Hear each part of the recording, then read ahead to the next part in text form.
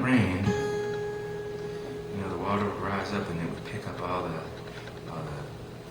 soda pop bottles from the riverbanks, people had chucked, and every time it rose up, it would collect all the debris from the sides, and so I would sit there, and this, of course, was only when I had nothing better to do, but I would actually tally how many Coke bottles went by versus Pepsi bottles and keep score.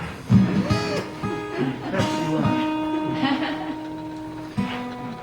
I don't know if it won.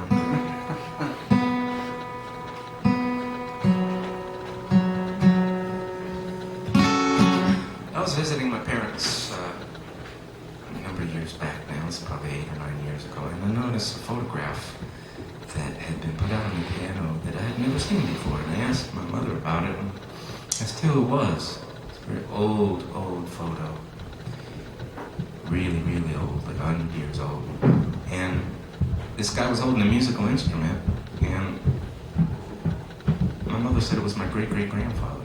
Well, I had never known of anybody before me in the family who had been musical, so this was a thrill to me. I always hoped I was going to find out about somebody from a previous generation. I just wondered where it came from, that's all. And it was affirmation. I couldn't believe it. But at the same time, I realized that his life must have been tremendously different from mine. As a musician in some little peasant village in Russia in the late 1800s. He certainly wouldn't have been playing an instrument plugged into a sound system on a stage in a venue like this. He wouldn't have had recordings of his music. He wouldn't have driven himself around on the interstate highways to the next gig down the road.